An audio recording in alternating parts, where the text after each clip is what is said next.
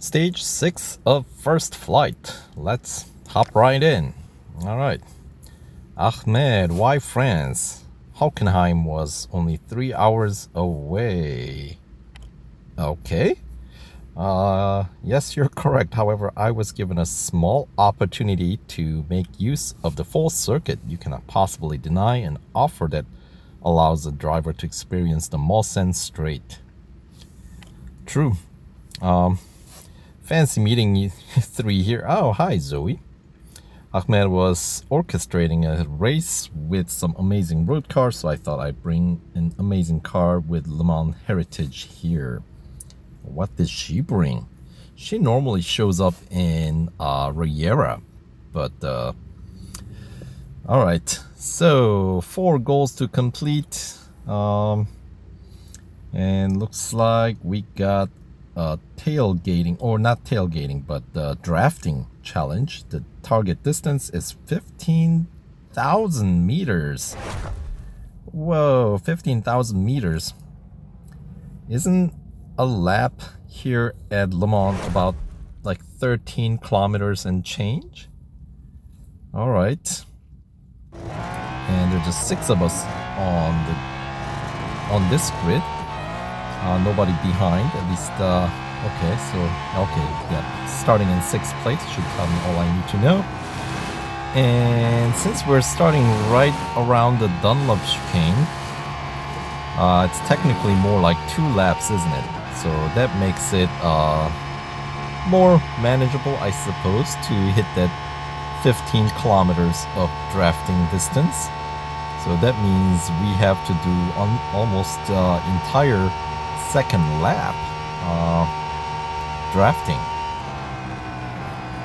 and unless I start drafting early on. Alright, so of course the 24-hour circuit, I am pretty familiar with this circuit, so you know, we do a lot of I mean, first of all, this circuit has been in the game for quite some time, and you know, this is the farming circuit, right? So, alright, so we see some opponents will catch some draft.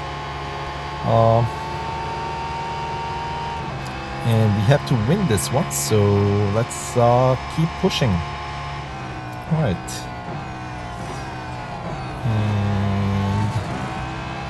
And 2 more in the front somewhere.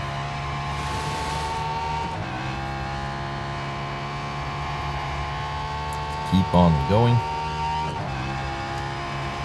And as I was saying, yeah, so you know, this is my go-to circuit for any farming event. Like, let's say if I have given an opportunity for like double fame payout or anything like that, any extra fame bonus, you know, when that comes around, this would be the, you know, either I take it with the MP4X, the McLaren, or the Nismo, right? The 2015 LMP1. So, alright, so P2, and I'm assuming P1 is going to be Ahmed. Where are ya? I gotta track you down. And there he is.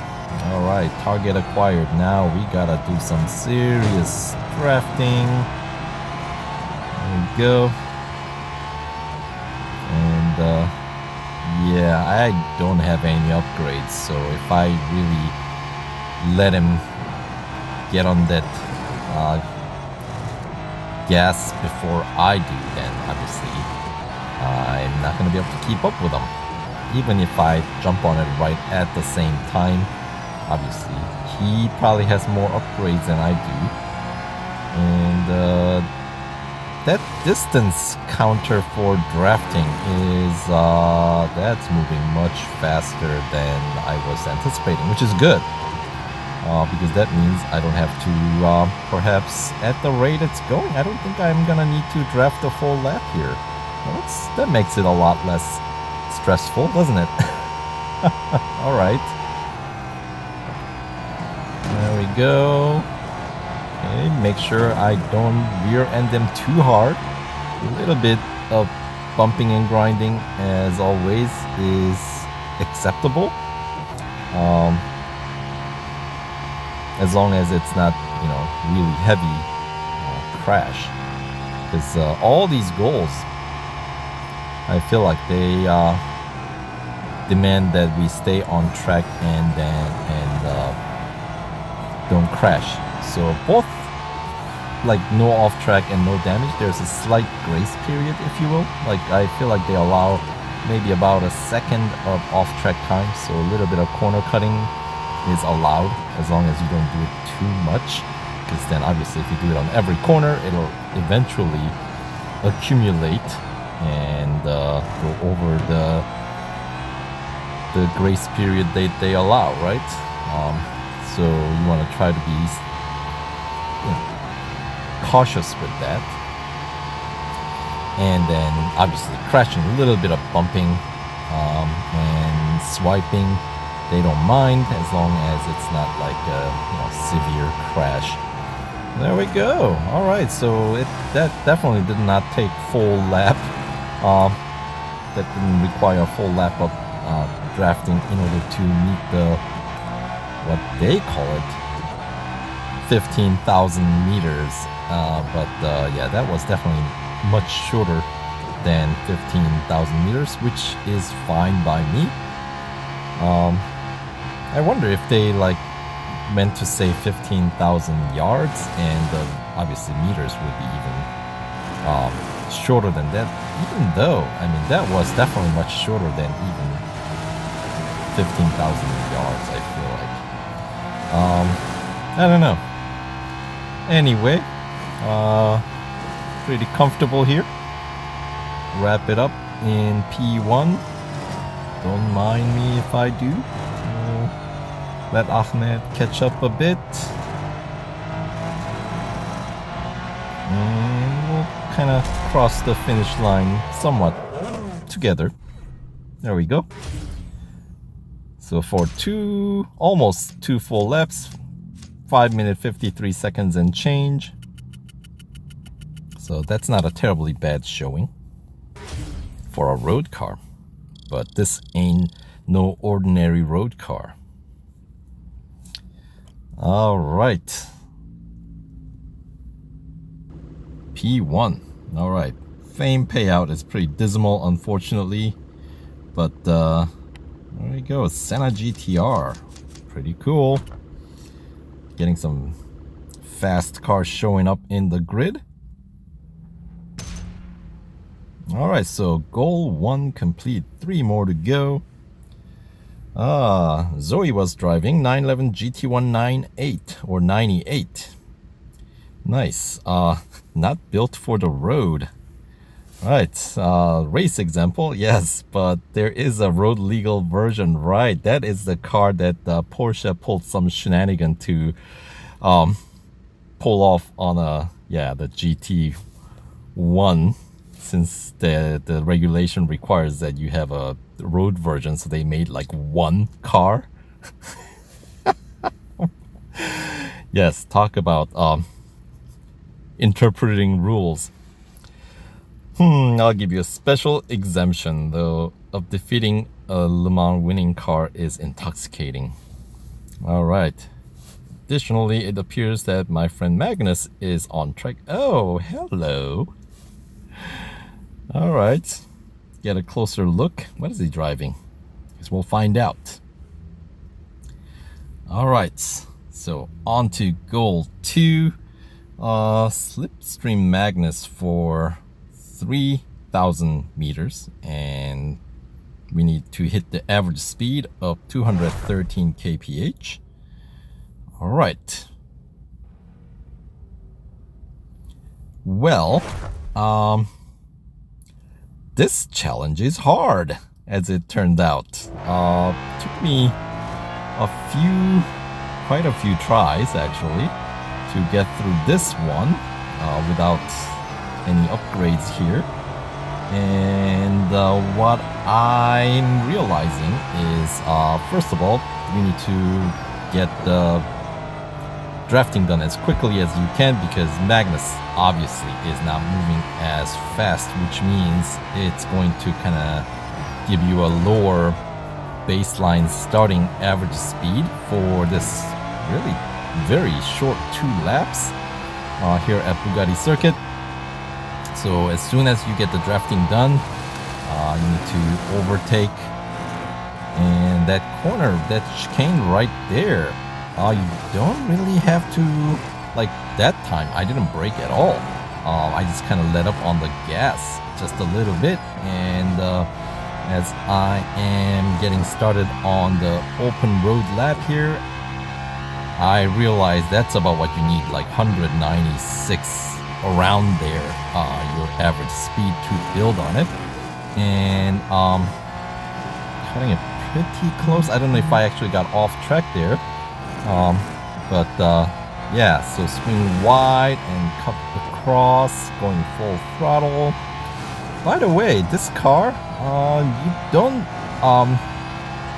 what I've learned through many attempts here on this goal is that I ended up coasting because it's probably because I wasn't certain about the braking point in order to achieve the necessary average speed here. But what I realized was I would brake approaching the corners, and then actually once I'm in the corner, I am actually just coasting a bit.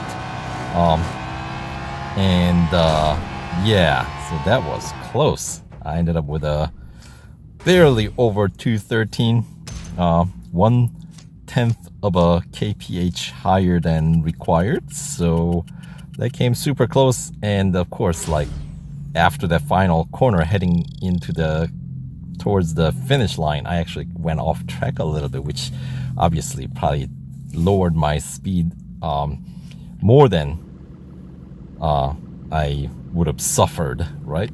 But important thing is I am through this goal, and without putting any upgrades on. So yeah,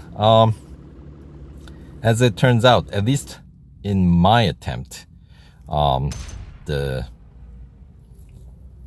way I got around it is braking less. Brake early, but brake less. And then while I was racing, I felt like when I'm coasting, I felt like it was like I was coasting forever.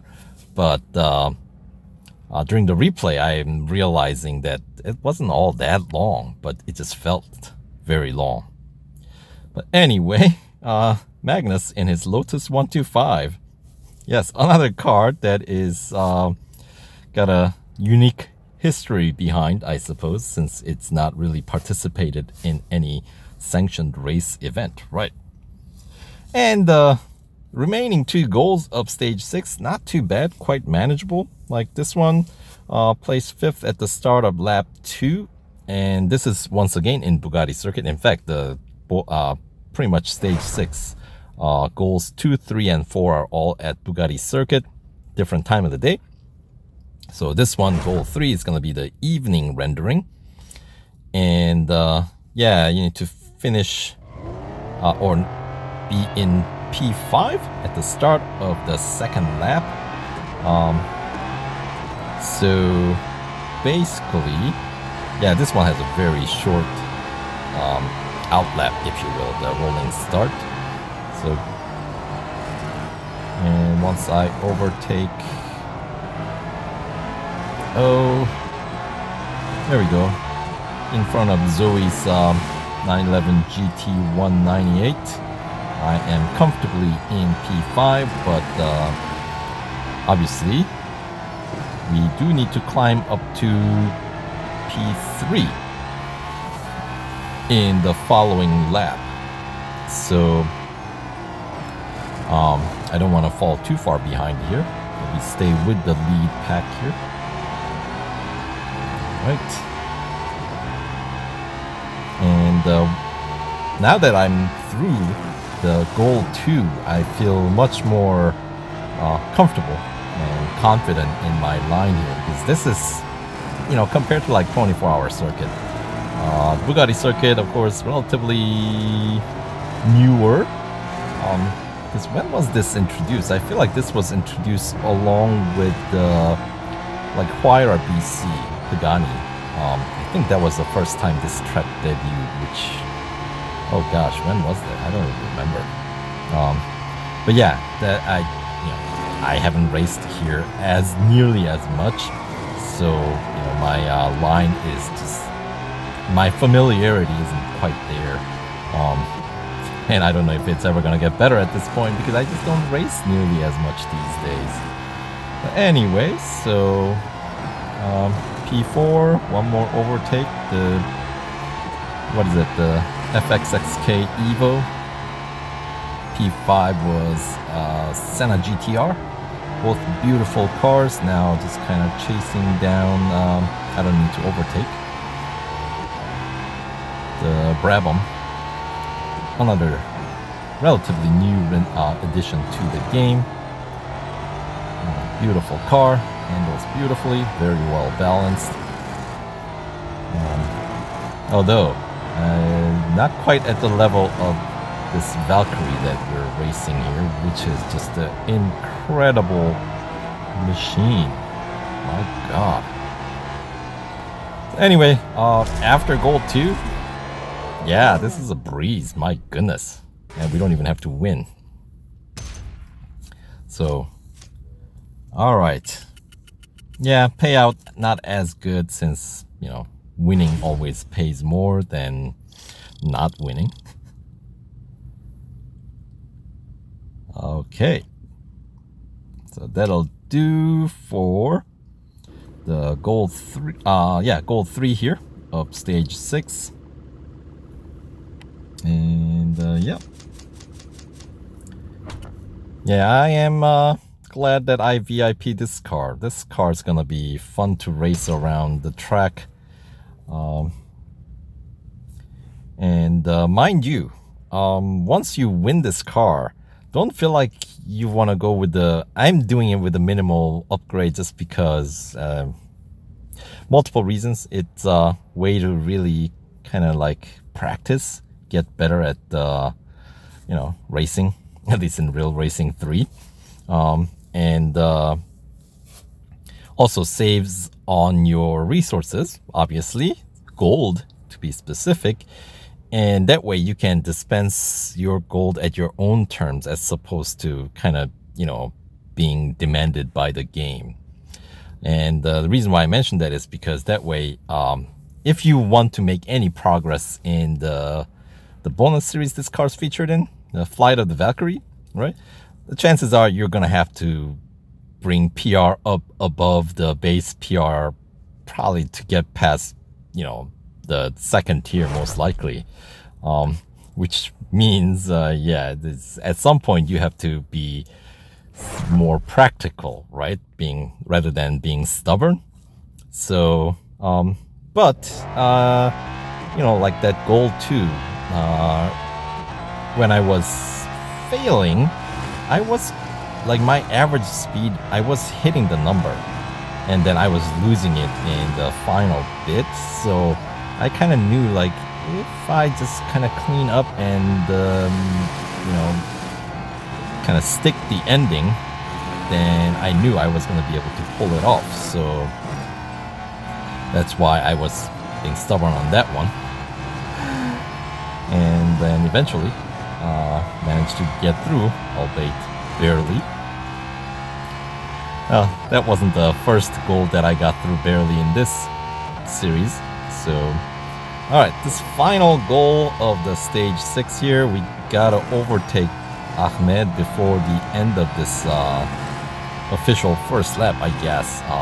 So you gotta, drive pretty hard in the outlap and then try to be aggressive with your line because the car will allow you to be. It's very grippy and brake pretty late into corners, and then you can carry so much speed through these corners, like this chicane here. I'm gonna brake because I don't want to go off track, but when I was kind of forced into the situation of having to meet, say, meet the average speed requirement, I was like, okay, I gotta keep things moving,